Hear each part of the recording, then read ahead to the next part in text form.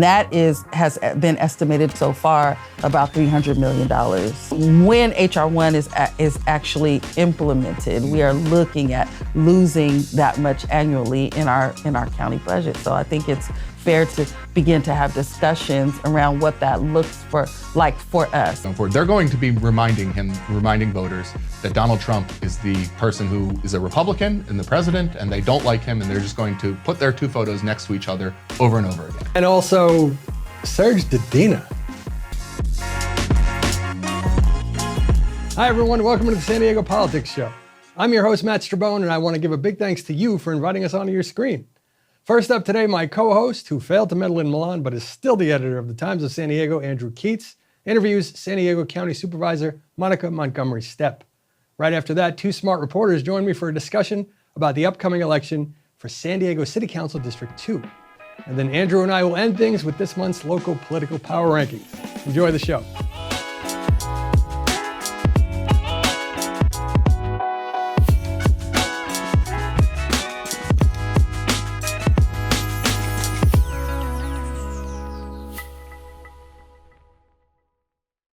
All right, I'm Andrew Keats, the GM and editor at Times of San Diego, and I am joined for this interview by Montgomery Steppe, supervisor for San Diego County. How you doing? I'm doing well. How are you? Doing all right. All right. It's been a while. We were just talking. I think we haven't spoken since you were elected to the County Board of Supervisors, which was, coming up on like 2 years ago. Well, it's a little over 2 years. Oh, geez. Actually, election November of 2023, and then being sworn in December 5th of 2023. So, it's been a little over 2 years, Well, one of the big things that happened in those 2 years is that Donald Trump was elected president, and shortly after that, he passed a piece of legislation called HR 1 that had a significant effect on a lot of the things that the county does, specifically.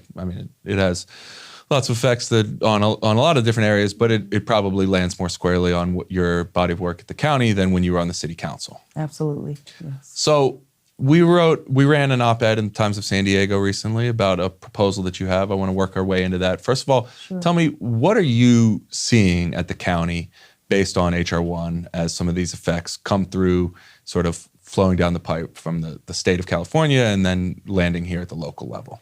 Yeah, so after the passage of HR 1, we immediately had to come back to the table as a county to determine what kind of cuts we could be facing. Because at the county, we administer those federal programs to community members who need health care, who need additional assistance when it comes to food and food nutrition. And so those are federally funded programs. And so immediately we had to go to the table to see how much money are we looking at losing per year, right? And how does that translate into our system? So like basically your typical level of discretion or authority on this is like administrative. The budget is set by somebody else. So you have to make decisions after that has already been decided. Yeah, and I would say we don't have discretion in much discretion in either one of those areas, right? Like there are pretty strict guidelines that tell us how we have to administer these programs, what levels we have to hit, right? And so with that, anything that happens that is as big as HR 1 was and has as much of an impact as HR 1 will have, and I'll discuss that in a moment, is something that the county needs to prepare for. So it was passed last year, but especially the Medicaid, which of course we call Medi-Cal in California, those Medi-Cal cuts, really the bulk of them, or the eligibility requirements that change, they won't happen until the end of this year, after the election. In general, the county is still constrained by the revenue that it has available to do the sort of things that it's been built to handle. And so when there's a major change in what the federal government is going to pass through to San Diego County, it's not like just by wanting to, the county can decide to fill that gap, not without just making some significant decision on the other side of the ledger, right? So how much, as you're preparing to deal with some of these changes to these federal programs that you administer, like how much can you do just based on finite resources? So I'll go back really briefly and talk about one of the things that we did to prepare is just to say, how much money are we looking at not receiving from the federal government by way of the state, and then it gets to the counties. Yeah. And that has been estimated so far about $300 million annually, right?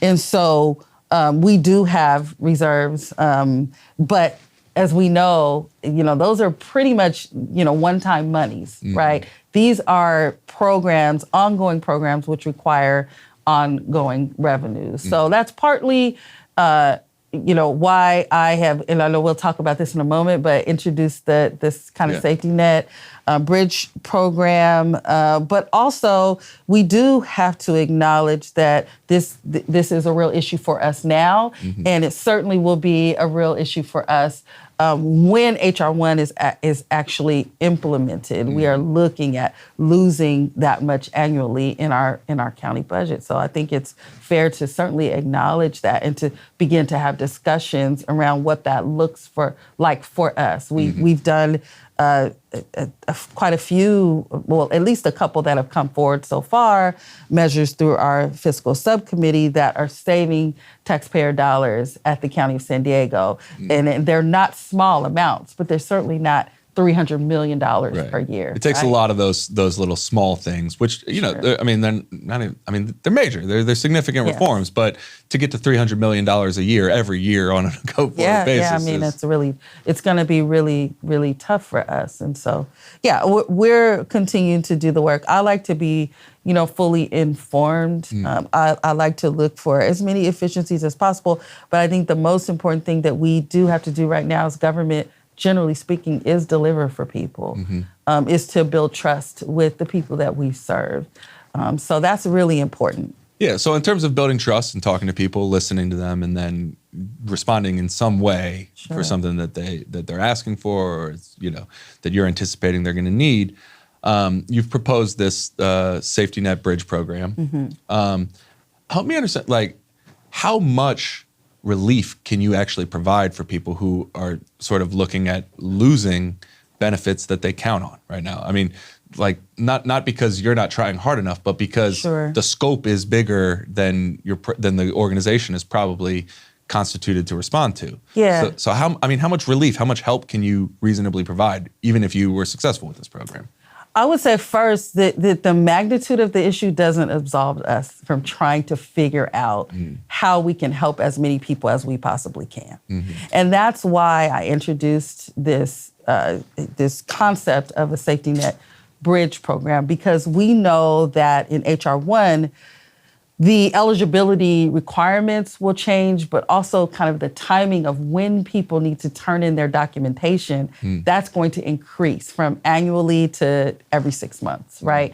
And so across the nation, we've seen that when these types of changes are implemented, that at least 20% of the roll drops off. Just not because they're no longer eligible generally, but because they missed the deadline there's of some reporting. Administrative slack. Exactly. And so the point is in the bill is that, not that we necessarily want to check people every 6 months, but we want them to forget and drop off. I think that was the point of Donald Trump and the Republicans passing this, was that, they don't desire for people to have this type of insurance, this type of care. And of course, they are focused on their rich friends, right? So this is why where we are. The safety net, how the bridge program and how that comes into play is we really want to be able to hold up these folks as they go through our system again, right? Yeah. We're at the county, we can re-engage people. Actually, a lot of our partners, our Medi-Cal partners and healthcare providers also are in the business of re-engaging people. But in the meantime, they will be without health insurance. And so you're directing the county to say, we need to go out and make sure that every one of those people, or every one of those people we can reasonably meet, continues to receive the benefit that they qualify for. Yeah, and there are some people that are going to be dropped off the Medi-Cal rolls that may receive a job that could provide them health insurance. So it's not just as prescriptive of that, but when we know across the nation about 20% of people lose eligibility just because they didn't turn their paperwork in on time, then I think that we have an opportunity to, at the very least, provide this bridge for folks that find themselves in that situation. You're basically saying, like, these are not full sail solutions to this problem. Sure. But that doesn't mean they're not worth doing, and we should be prepared for them and start to do them on our own. It would be a temporary It's right there solution. in the name. Bridge, right? Yes. Yeah. Exactly. So, but what would long term, what would be a more permanent solution? What would is it? Well, federal legislation that I'm going to vote in the event that we have the free and fair elections. Going to vote to make sure. I do hope that's the event that we have. Yeah, I have to say it, because it is a thing, and I don't want to ignore it. The fact that our elections are being threatened, but we have free and fair elections this year. Then folks need to go out and vote for people that believe that that healthcare is a right for people. Where I sit, I really just want to be prepared. I want to be able to help as many people as possible. I don't want to wait a year and then say, oh, well, the federal government is not providing this anymore. I think we have on a local level more of a responsibility for implementation because we are on the ground with people that have such high needs. We were talking about the history, right? And since I've been in elected office for a little over 7 years overall as city council member and then a supervisor, I've been through 2 100-year events. I've been through COVID and I've been through the January 24 floods. And each time, although government came through, in my opinion, we were back on our heels, right? Yeah. And I really am trying to anticipate what the issues will be and put ideas out there because that is what people have elected us to do. So, right. Do you think, is there a big solution that the county could pursue? Imagining a world where, look, pendulums swing in politics at whatever pace they swing, but they do swing, right? Let's say H.R. 1 is not repealed or some other legislation for a decade, right? Which is, in the grand scheme of things, not that hard to imagine, right? So what do we do in the meantime?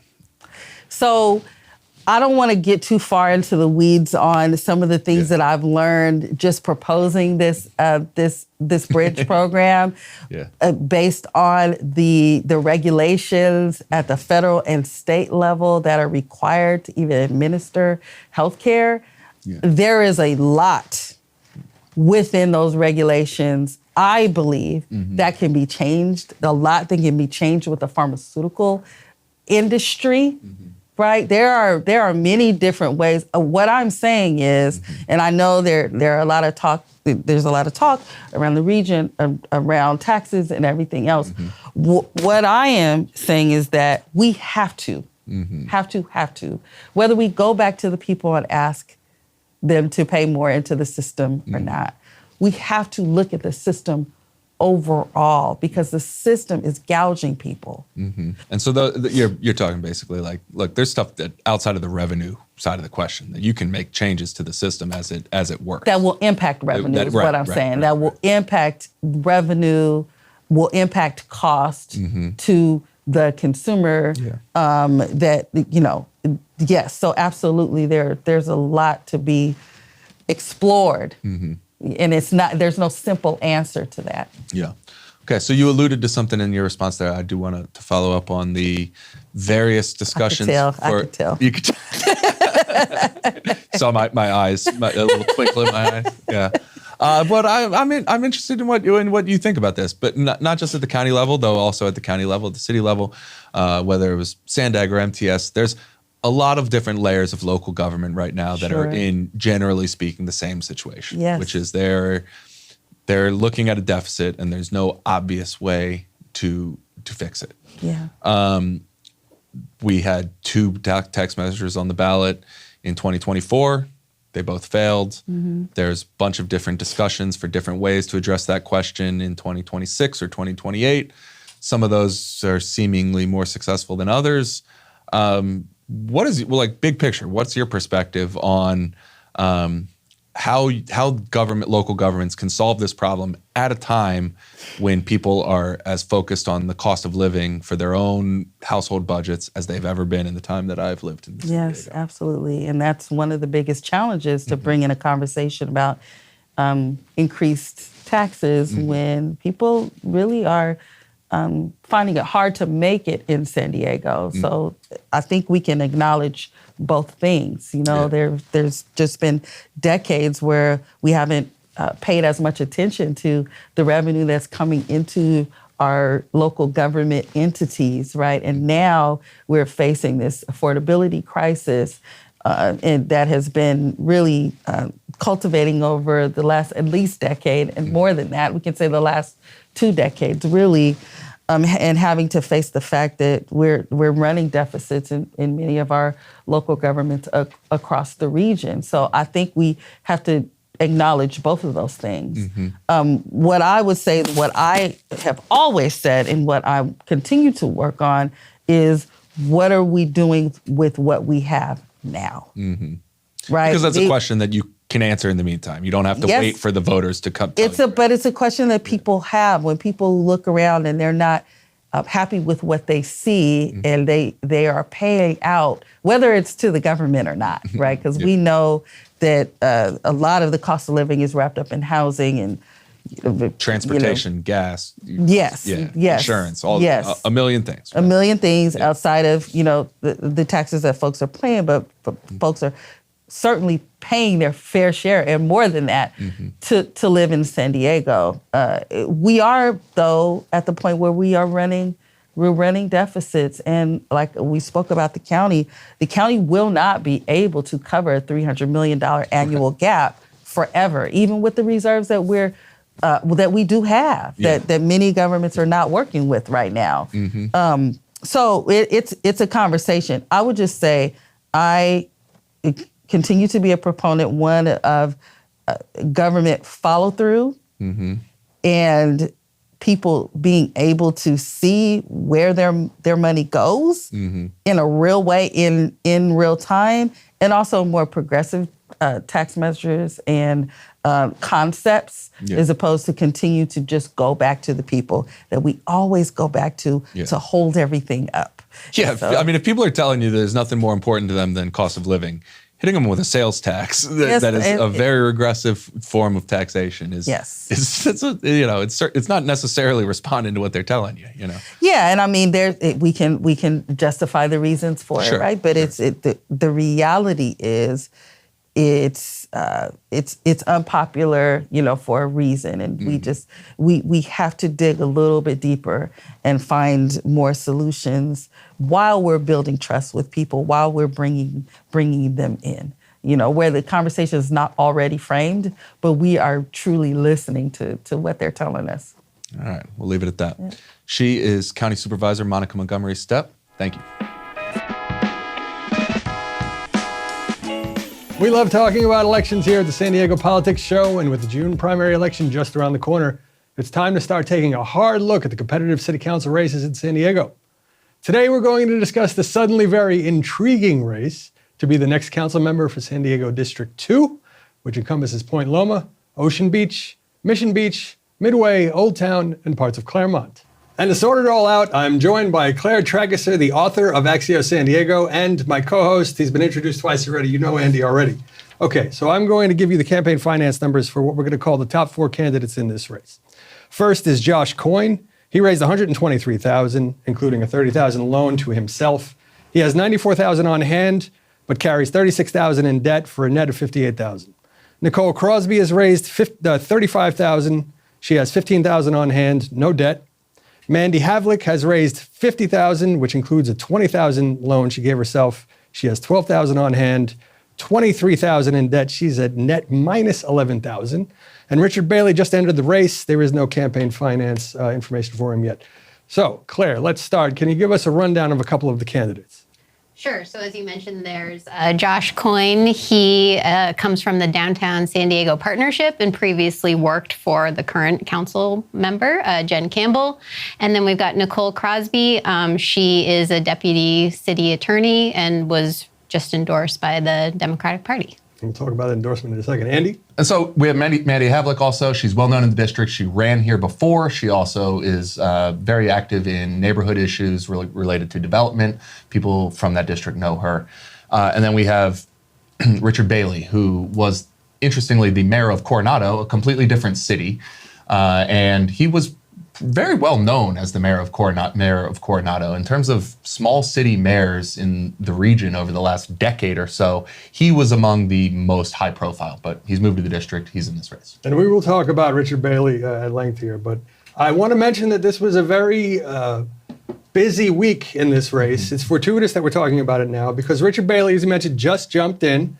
He lived in Coronado until a couple of days ago or whatever. He was a Republican until a couple of days ago. Now, all of a sudden, emerging from the cocoon as a no party preference who lives in District 2.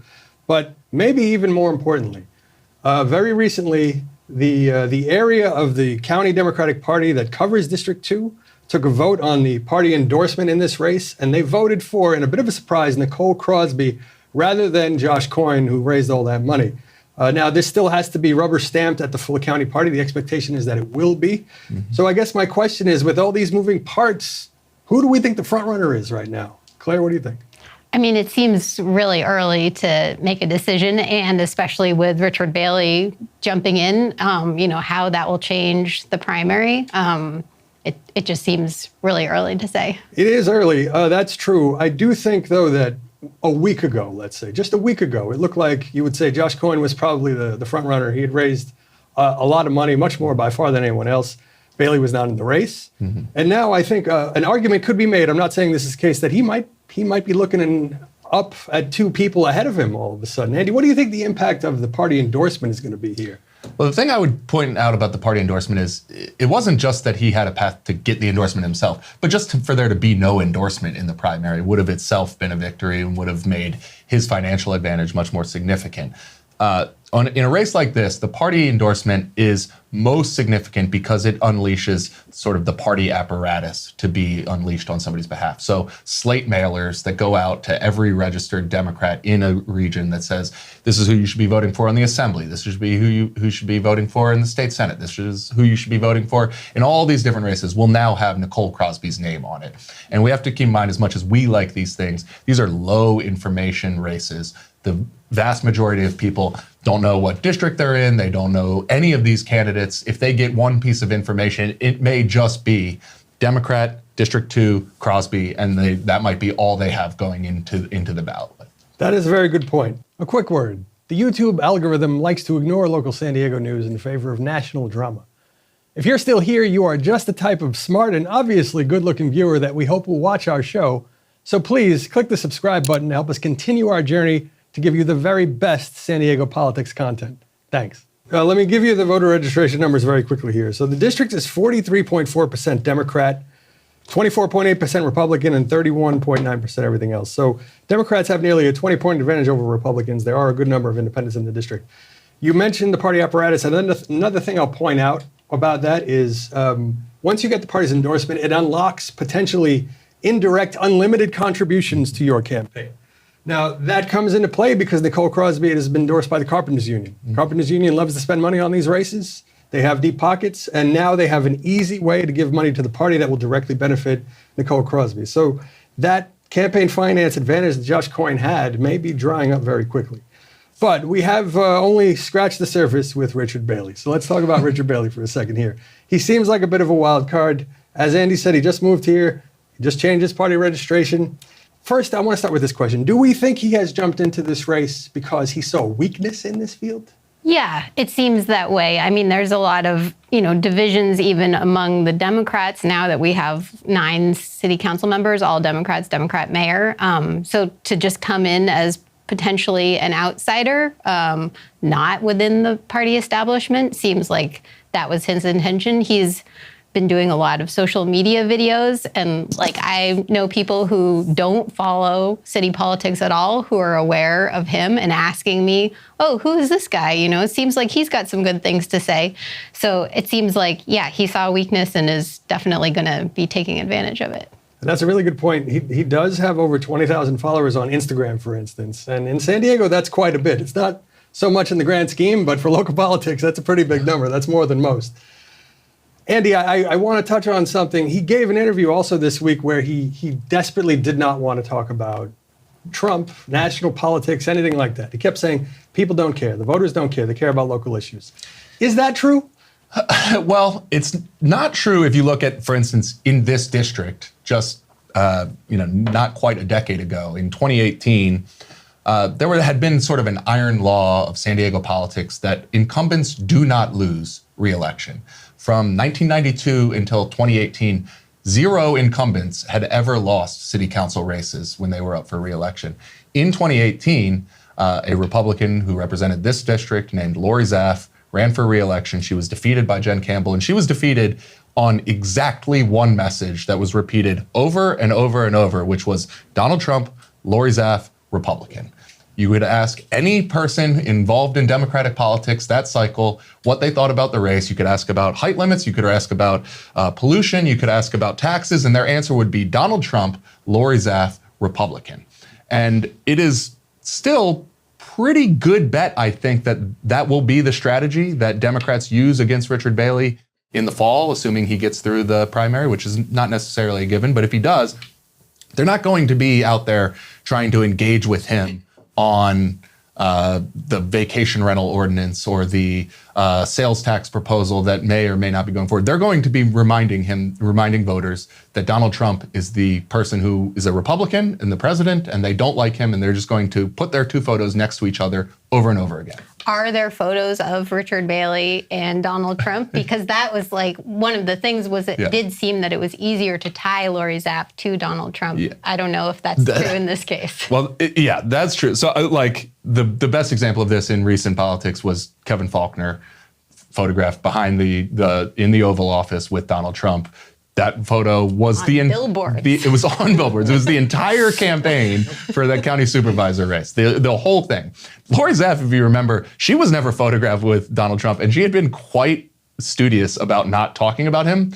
She did go to an election results celebration after the 2016 race with the Poway Republican Club, or I may have the details there. It might be the Rancho Bernardo Republican Club or Rancho Santa Fe. It was a very local event, and that was like the ticket in. So, like, that's the threshold that he has to have crossed at some point, saying something for them to think that that's enough to throw on mailers. But it worked. It worked. Lori Zaff lost, and she was an incumbent. Yeah. Now, I will say though, I want to mention that I think Claire is right that he's probably seeing a wide open Democratic field where if they keep each other's numbers down, he's got a relatively easy path through June. That is certainly the strategy. But I think if you look at what he talks about in those videos, you also see what opportunity he sees politically. He's not talking about the stuff that Carl DeMaio talked about when he was making a run for, being a new type of Republican in San Diego, or a specific type of Republican in San Diego.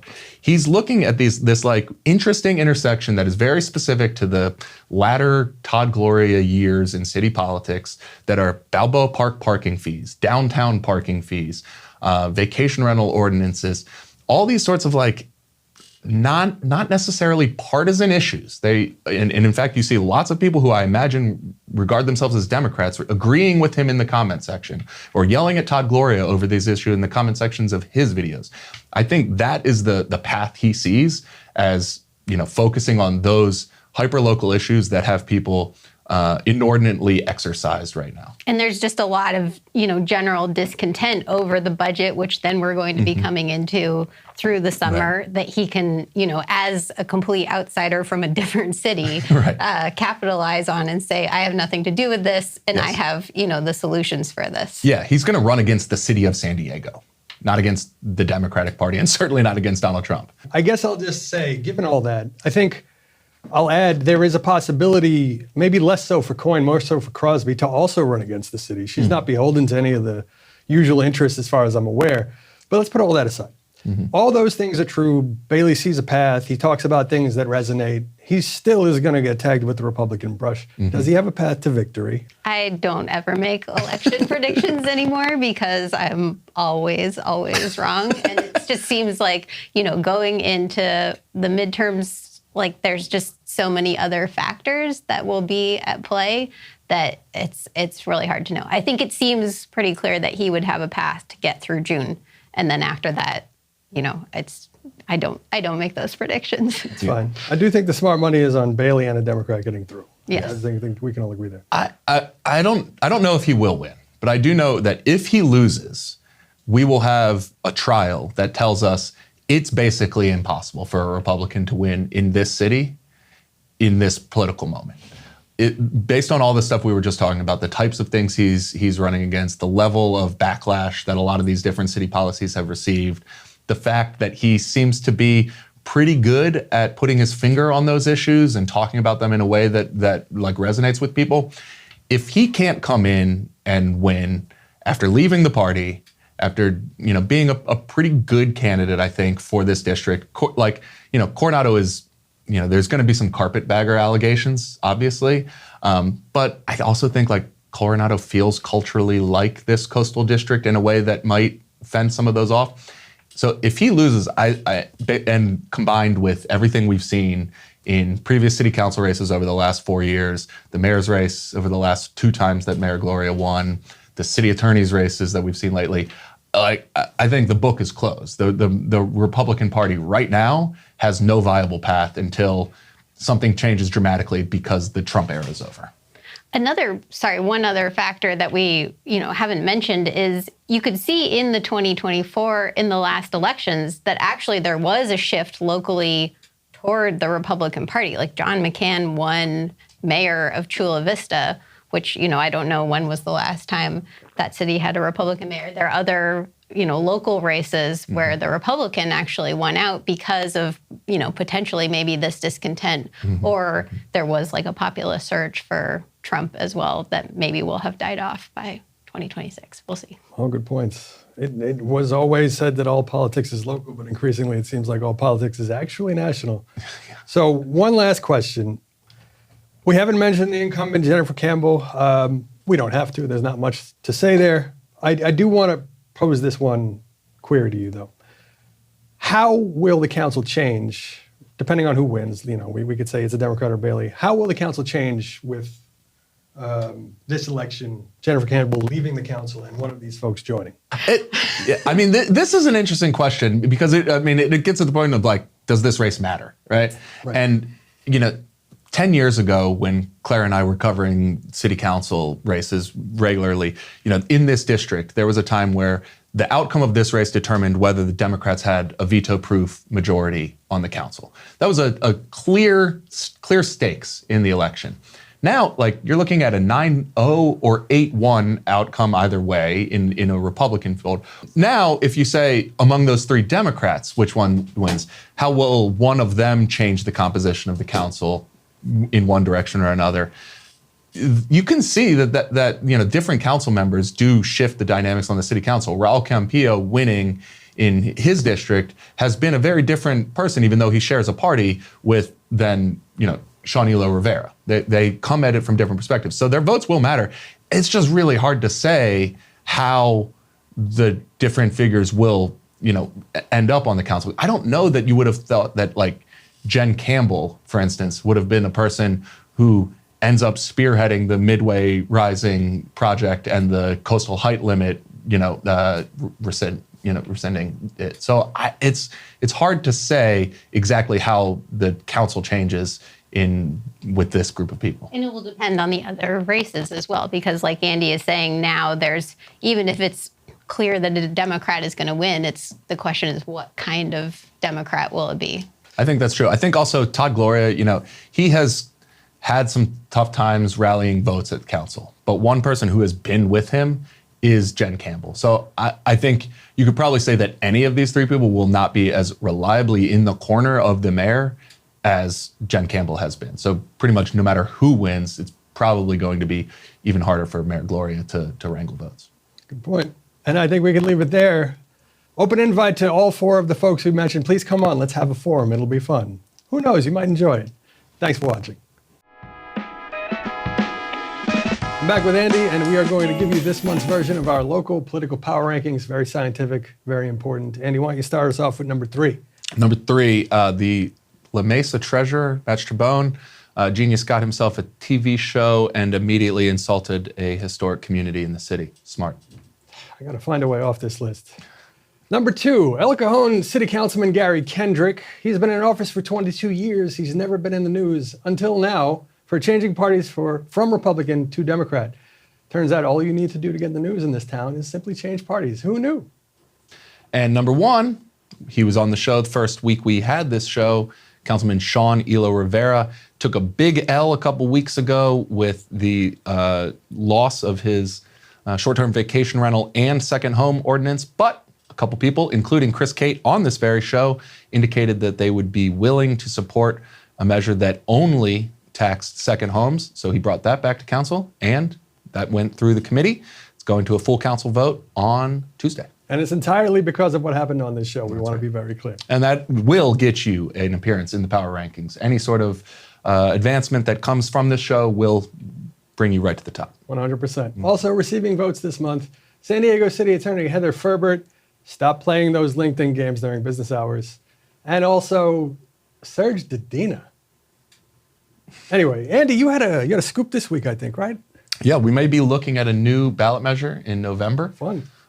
This would be a property tax that would be charged for city residents, with all of the funds going to Balboa Park upgrades. Some pretty big ticket upgrades too. And one thing that is not anywhere near as large as any of the investments that would be made in the park, but maybe more politically valuable, is it would end paid parking in the park for the entirety of the time that any debt was active from the bond measure. I'm sure no one will have an opinion on that. Mm-hmm. All right, another good episode. I think we can leave it there. So thank you for watching. Please come and join us again soon. And until next time, look after one another and be kind.